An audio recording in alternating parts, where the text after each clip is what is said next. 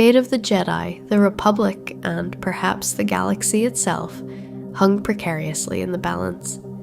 Mace Windu stood over a defeated Chancellor Palpatine, ready to end the Sith threat. But in those critical seconds, another presence entered the Chancellor's office. A presence that would irrevocably alter destiny. Did Master Windu, the champion of the Jedi Order, sense the storm brewing within Anakin Skywalker? To understand what Mace Windu might have sensed from Anakin, we must first appreciate the sheer intensity of his confrontation with Darth Sidious. This wasn't just a lightsaber duel. It was a clash of titans, a battle for the soul of the galaxy. Mace, a master of Vaapad, Form 7 lightsaber combat, was uniquely suited to this fight. Vaapad was more than a fighting style. It was a state of mind, a dangerous dance along the edge of the dark side, allowing a Jedi to channel an opponent's fury back at them. This required immense focus, and almost complete immersion in the Force. All of Mace's senses, both physical and through the Force, would have been attuned to Palpatine. The Chancellor, or rather Darth Sidious, was a maelstrom of dark side energy, a nexus of power that Mace had to overcome. In those moments, Palpatine was the galaxy's most immediate threat, the shatterpoint upon which everything hinged. Mace knew that if Sidious survived, the Jedi and the Republic were doomed. This overwhelming reality would have consumed the vast majority of his Force awareness. When Anakin Skywalker arrived, the Force would have undoubtedly rippled. Anakin was a conduit of immense power, his emotions often a turbulent storm. Mace would have certainly sensed his arrival and the potent emotions swirling around him: fear, desperation, confusion. We see Mace acknowledge Anakin, urging him to understand the necessity of his actions. He's too dangerous to be left alive. This plea wasn't just to convince Anakin, but also likely a reinforcement of Mace's own conviction in a morally grey situation. However, sensing Anakin's turmoil is different from sensing his intent to betray him and side with the Sith. Mace's primary focus remained locked on the disarmed and seemingly helpless Sidious, a Sith Lord who, even in apparent defeat, radiated immense danger. It's plausible that Mace, while aware of Anakin's inner conflict, interpreted it as the young Jedi grappling with the brutal reality of executing the Chancellor, not as a precursor to an attack on a fellow Jedi Master.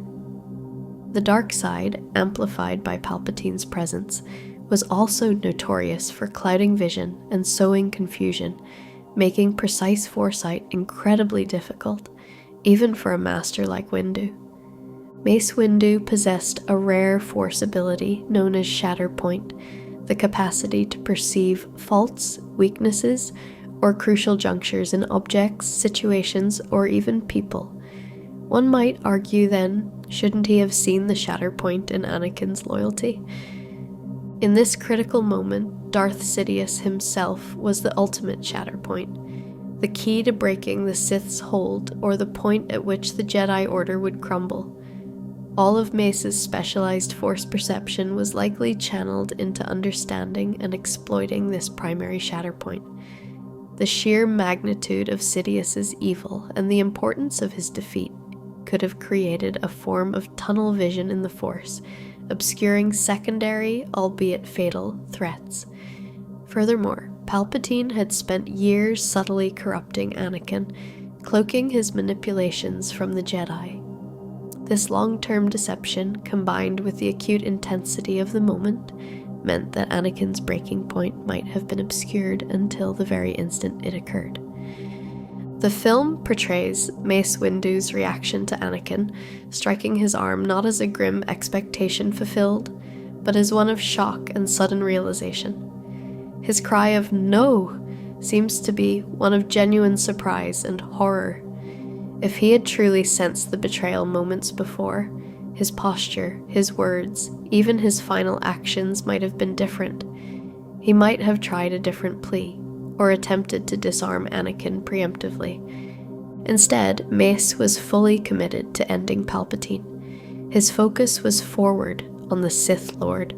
Anakin's intervention was swift, decisive, and from Mace's blind spot, both literally and, it seems, figuratively in the Force regarding that specific, imminent action.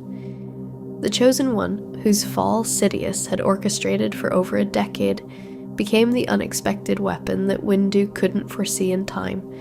Now, while our focus has firmly been on the established Star Wars canon, it's fascinating to turn the pages of the Legends continuity, specifically to Matthew Stover's acclaimed novelization of Revenge of the Sith. This version offers a much deeper, almost agonizingly detailed insight into Mace Windu's internal experience during these same events.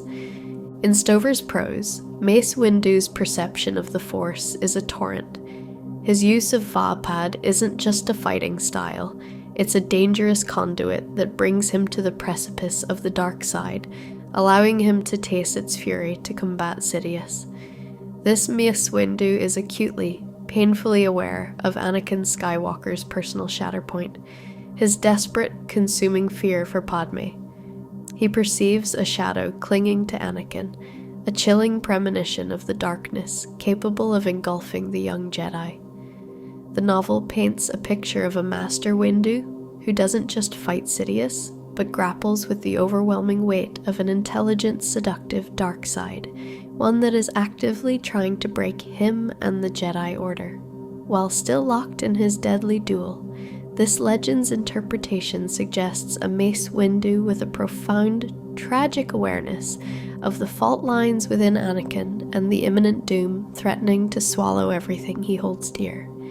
So, bringing our exploration to a close, from a canon perspective, while Mace Windu undoubtedly sensed Anakin Skywalker's immense inner turmoil and the dark disturbance he carried, the evidence strongly suggests he did not foresee the specific, sudden act of betrayal.